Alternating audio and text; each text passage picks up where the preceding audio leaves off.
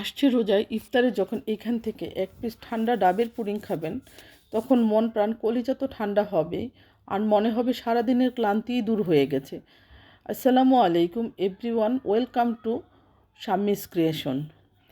তো চলেন আমরা চলে যাই, আমি কিভাবে এই ডাবের পুডিংটা তৈরি করেছি মূল রেসিপিটা আপনাদেরকে দেখাবো। আসছে রোজা আপনারাও এইভাবে একটু বানায় ট্রাই করে দেখবেন, ইনশাল্লাহ আমার সাথে আপনারাও একমত হবেন।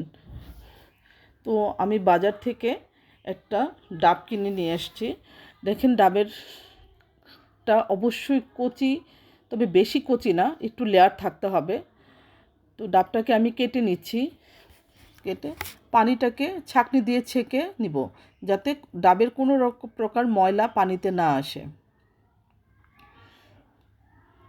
তো আমার ডাবের পানি ছেঁকে নেওয়া হয়ে গেছে। এখন আমি চুলায় একটা পাত্র বসিয়ে দিয়েছি, সেখানে আবার ডাবের পানিগুলো আবার দ্বিতীয়বারের মতো ছেঁকে নিয়েছি। তো এইখানে আমি একটু আগার আগার পাউডার দিয়ে দিব ডাবের পরিমাণ বুঝে। এখানে আমি 3-4 চামচ দিয়েছি, যেখানে এখানে 4 কাপ ছিল ডাবের পানি ছিল। তো আগার আগার পাউডারটাকে আমি ভালো করে পানির সাথে মিলিয়ে নিয়েছি। এটাকে নাড়তে হবে, তা না হলে জমে যাবে। আর সামান্য একটু 2-4 চামচ চিনি দিয়েছি। ডাবের পানিটা আগে থেকে অনেক মিষ্টি ছিল, যার জন্য চিনির প্রয়োজন ছিল না, তারপর আমি 2 চামচ দিয়েছি।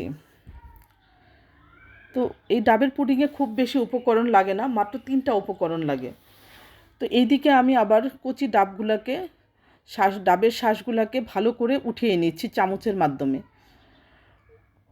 এইভাবে উঠিয়ে এই ডাবের সাদা অংশগুলোকে আমি কুচি কুচি করে কেটে নেব ডাবের পুডিংয়ে ব্যবহার করার জন্য।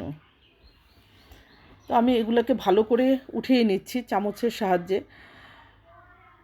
এই তো আমার কুচি করা হয়ে গেছে, এটাকে আমি ডাবের পুডিংয়ের মধ্যে দিয়ে দিব।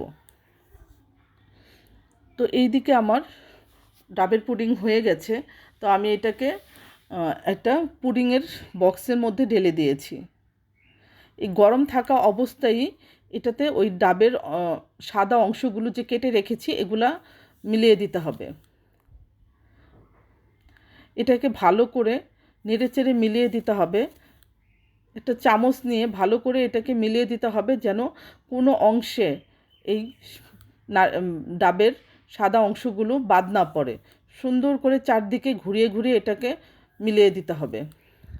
তো এটাকে মানে গরম অবস্থায় প্রায় 20 মিনিটের মতো বাইরে রাখতে হবে, যাতে এটা জমে যায়, ডাবের পুডিংটা জমে যায়।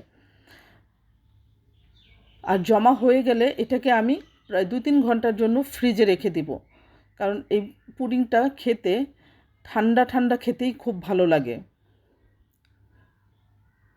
তো মোটামুটি আমার পুডিং হয়ে গেছে। আমি এটাকে 2-3 ঘন্টার জন্য ফ্রিজে রেখে দিয়েছিলাম। এটা এখন বের করে নিয়ে আসছি, এটাকে আমি এখন একটি পাত্রে ঢেলে দিব। এই তো দেখেন, আলহামদুলিল্লাহ আমার পুডিং মোটামুটি রেডি। এই তো আশা করি আমার আজকের এই ঠান্ডা ঠান্ডা ডাবের পুডিং সবার কাছে ভালো লেগেছে। সবাইকে ধন্যবাদ জানিয়ে আজকের মতো এখানেই বিদায় নিচ্ছি। আমার ভিডিওটি ভালো লেগে থাকলে আমার পেজটিতে ফলো দিয়ে ভিডিওটি শেয়ার করে দিবেন, আর আমার ইউটিউব চ্যানেলটি সাবস্ক্রাইব করে দিবেন। আমার ইউটিউব চ্যানেলের নাম শাম্মী ইসলাম।